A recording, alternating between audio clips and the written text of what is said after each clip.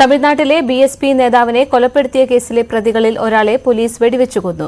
ഗുണ്ടാ നേതാവ് തിരുവെങ്കടത്തെയാണ് തെളിവെടുപ്പിനിടെ വെടിവെച്ചു കൊന്നത്. സംസ്ഥാനത്ത് ഒരാഴ്ചക്കിടയിലെ രണ്ടാമത്തെ ഏറ്റുമുട്ടൽ കൊലപാതകമാണിത്.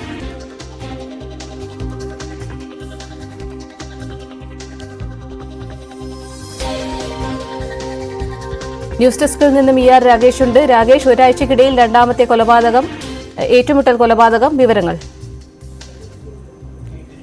പാർവതി, BSP സംസ്ഥാന അധ്യക്ഷനായിരുന്ന K. ആംസ്ട്രോങ്ങിനെ കൊലപ്പെടുത്തിയ കേസിലെ പ്രതികളിൽ ഒരാളായ തിരുവെങ്കടത്തെയാണ് ഇപ്പോൾ ഏറ്റുമുട്ടൽ കൊലപാതകത്തിൽ കൊല്ലപ്പെട്ടിരിക്കുന്നത്. കാരണം ഈ കേസിൽ 11 പേരെ അറസ്റ്റ് ചെയ്തിരുന്നു. ഇവർ പോലീസ് കസ്റ്റഡിയിലുമായിരുന്നു. 5 ദിവസത്തെ കസ്റ്റഡിയിൽ വിട്ടിരുന്നു.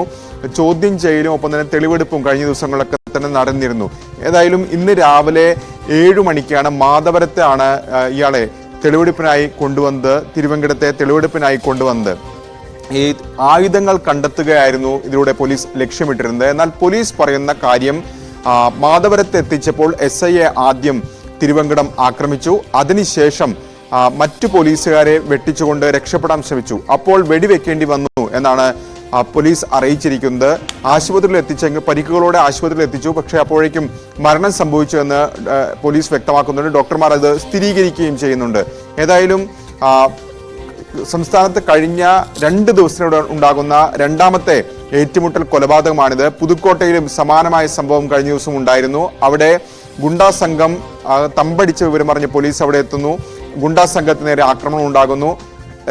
പ്രാണരക്ഷാർത്ഥം അന്ന് സമാനമായ രീതിയിൽ വെടിവെച്ചു എന്ന് പോലീസ് വ്യക്തമാക്കിയിരുന്നു. ഏതായാലും അതിന് സമാനമായ സംഭവം തന്നെയാണ് ഇപ്പോൾ ആംസ്ട്രോങ് കൊലപാതക കേസിലും ഉണ്ടായിരിക്കുന്നത്. നേരത്തെ തന്നെ പോലീസ് വ്യക്തമാക്കിയിരുന്ന കാര്യം, ഇത് രാഷ്ട്രീയ കൊലപാതകമല്ല, മറിച്ച് ഗുണ്ടാ സംഘങ്ങൾ തമ്മിലുള്ള പകയാണ്. അതായത് ഒരു ഗുണ്ടാ സംഘാംഗമായ ആർക്കോട്ട് സുരേഷിനെ കൊലപ്പെടുത്തിയ കേസിൽ അതിന്റെ ഗൂഢാലോചനയ്ക്ക് പിന്നിൽ ആംസ്ട്രോങ് ഉണ്ട് എന്നൊരു ആരോപണം ഉയർന്നിരുന്നു. അത്തരം സംശയങ്ങളൊക്കെ ഉയർന്നിരുന്നു. അതാണ് ആംസ്ട്രോങ്ങിന്റെ കൊലപാതകത്തിൽ നയിച്ചത് എന്നാണ് വ്യക്തമാക്കിയിരുന്നത്. ഏതായാലും ആ കേസിലെ പ്രതികളിൽ ഒരാളെ ആണ് ഇപ്പോൾ ഏറ്റുമുട്ടലിൽ കൊല്ലപ്പെട്ടിരിക്കുന്നത്.